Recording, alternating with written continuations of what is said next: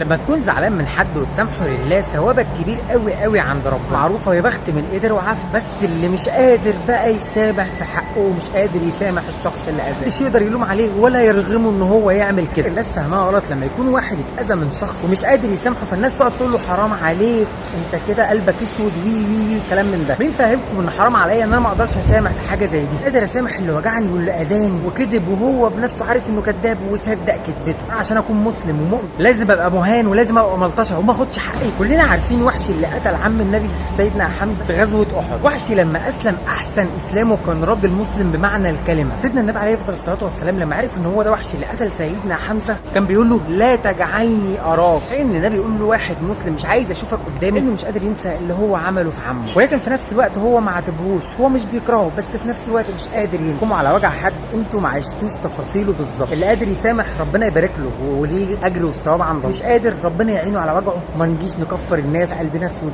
وكل الكلام ده.